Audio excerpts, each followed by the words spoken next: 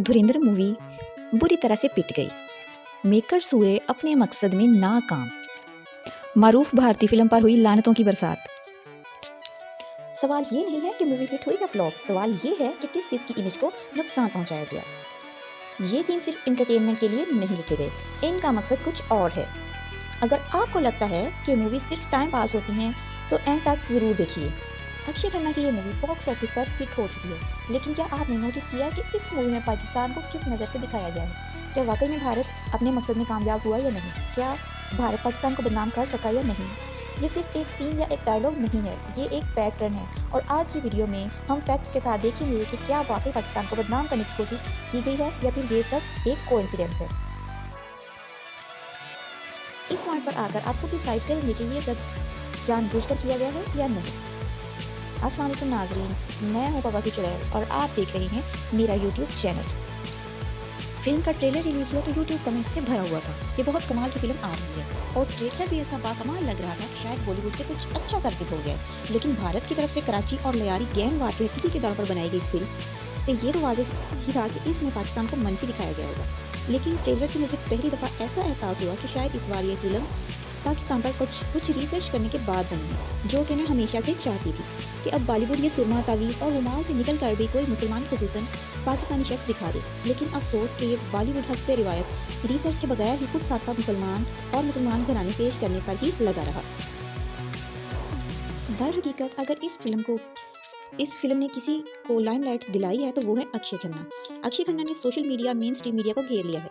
शायद हम सब बोर हो चुके हैं इसे देख कर और इस पर फिल्माए गए गीत पर, लेकिन भाई अक्षय अभी तक मकबूलियत के टॉप ट्रेंड में पहुंचा हुआ है। जब खुदा जिसे चाहे इज्जत दे, ये कुदरत के खेल हैं। बॉलीवुड के खूबसूरत अदाकार विनोद खन्ना का बेटा, जिसे विनोद खन्ना इंडस्ट्री में तो ले आया था, लेकिन इसे वो मकाम ना दिलवा सका जो विनोद का अपना था। अक्षय को इतना काम नहीं मिल सका जो इसके साथ वाले अदाकारों को मिला हुआ है, क्योंकि शक्ल सूरत से भी एक आम सा चेहरा फिर हमारी तरह गंज बनता शिकार।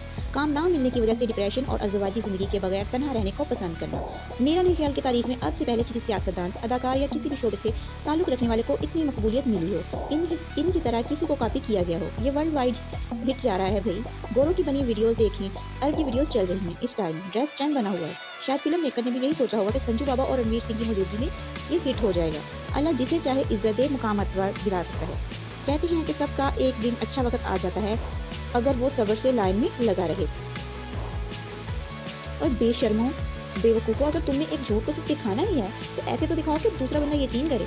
मुझे सिर्फ इतना बता दो कि पाकिस्तान में सर पर हाथ रखने, रेत पर सलाम करने का अंदाज़ किस शहर में है? हमें जब किसी से मिलना होता है तो हम हाथ मिलाते हैं, दूर से हाय कर देते हैं, ऊंची आवाज़ में अस्सलाम वालेकुम कह देते हैं, या कोई करीबी हो तो गले मिलते हैं। ऐसे तो मैंने अपनी ज़िंदगी में कभी किसी को मिलते हुए नहीं देखा। दूसरा, ये आदि आस्तीन की शलवार कमीज पाकिस्तान में कब से फैशन में आ गई?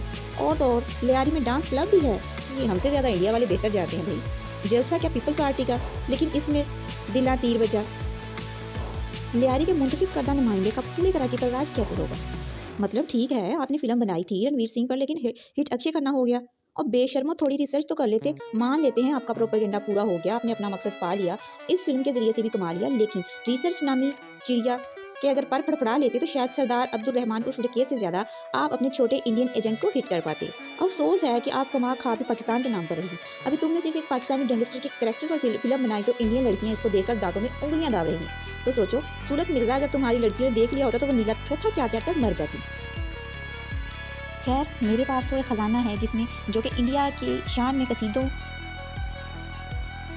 और शायरी से भरा पड़ा है। मैं क्या ही सुनाऊँ आपको। खैर, हम फिल्म की बात करते हैं। फिल्म मुकम्मल तौर पर बगैर रिसर्च के बनाई गई है, जिसमें तमाम हकीकी किरदारों को बदनाम करने के साथ साथ दुनिया की नंबर 1 एजेंसी ISI को इंतहाई हल्का दिखाया गया, जो कि इतनी कमज़ोर है कि इनको इसलिए के लिए मुल्क के एक नामवर डान का सहारा लेना पड़ता है, और वो अपने तमाम राज और अदारे कहीं पर भी किसी के सामने भी जाहिर कर देते हैं। हत्ता कि एक शादी के फंक्शन में शराब के नशे में धुत होकर तमाम मालूमात एक इंडियन रा के एजेंट के सामने खोल देते हैं, जिनका इनको इल्म तक नहीं होता।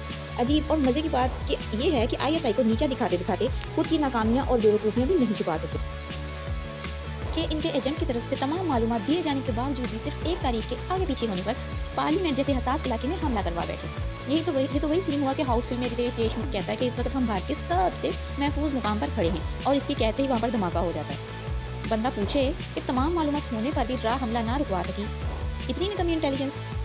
वाह जी वाह। चौधरी असलम का किरदार संजय दत्त पर सूट तो करता है, लेकिन इसको जितना हीरो समझा जाता है पाकिस्तान में, इतना ही बुरा दिखाने की भरपूर कोशिश की गई है। ऊपर से पीपल्स पार्टी को बदनाम करने की मुकम्मल कोशिश, और फिर बेवकूफ़ी ये कि मोहतरमा बेनज़ीर का नाम और तस्वीर तो असल चला दी और जरदारी साहब का नाम ही बदल दिया। ऊपर से पीपल्स पार्टी सियासतदान को रहमान डकैत का हमायती दिखाते दिखाते मुखालिफ भी बना दिया, और बेटी इसकी इतनी बेवकूफ़ है कि इसने बाप की वीडियो बनाकर अपने आशिक को दे दी और किसी को कुछ पता ही नहीं। सबसे बड़ा ब्लंडर और मौजूदा हालात में इंडिया जो हकीकी मेहनत में लगा हुआ है, वो ये कि बलोचिस्तान को पाकिस्तान के खिलाफ करने का मसाला भी ऐड कर दिया। और हैरत की बात ये है कि वही बलोच ISI को इसला दे रहे हैं इंडिया पर हमला करने को, और इसी ISI ने बलोच कबीले के कुएं में जहर मिला दिया। इस सीन को सिर्फ इसलिए बनाया कि इंडिया बलोचों से भी लितर खा रहा है और ISI से भी। और इन सब से ज़्यादा मुसीका खेज बात तो ये है कि ना इतने बड़े गैंग को पता चला कि इनमें भारतीय एजेंट है और ना ही ISI को, और ऊपर से इस एजेंट का नाम देखो, हमजा अली मिजारी। ओ भाई, हमजा अली रिवासी ही रख देना था। और ये बॉलीवुड वाले इतने बोझे पाकिस्तान में मरे पड़े हैं कि किसी भी फिल्म में किसी और मुल्क शहर को दिखाएंगे तो वहाँ की बुलंद वाला इमारतें, खूबसूरत पार्क, बेहतरीन सड़कें दिखाएंगे, लेकिन जब भी पाकिस्तान को दिखाएंगे तो बस वही मुंबई वाली झोंपड़पट्टी डाल देंगे। अन्नी दियो, पाकिस्तान भी बहुत सोना है। बस इस फिल्म में पाकिस्तान को बदनाम करने के अलावा कुछ नहीं था, जो ये दहाइयों से करते आ रहे हैं। फिल्म की कहानी और किरदारों पर इनकी कोई रिसर्च नहीं थी, ना ही राइटर को शायद इनकी हकीकी ज़िंदगी के मतलब कोई मालूमात थी। बस पाकिस्तान और अफवाज पाकिस्तान को बुरा दिखाने की एक भोंडी सी हरकत की गई, जो कि इसमें भी कामयाब नहीं हो पाई। बस इस फिल्म ने अक्षय खन्ना को नई जिंदगी दे दी बस, और बेशर्मी ये कि टू बी कंटिन्यूड ऐसे लिख दिया जैसे बाहुबली बना दी है कि अगली फिल्म में पता चलेगा कुटापा ने बाहुबली को क्यों मारा। फिल्म डायरेक्टर और बुग़्ज़ पाकिस्तान में लीडर्स आदित्य धर को पैगाम धुरंधर दुर फिजूल कहानी, फिजूल फिल्म। इसके साथ ही पापा के चुड़ैल को दीजिए इजाज़त।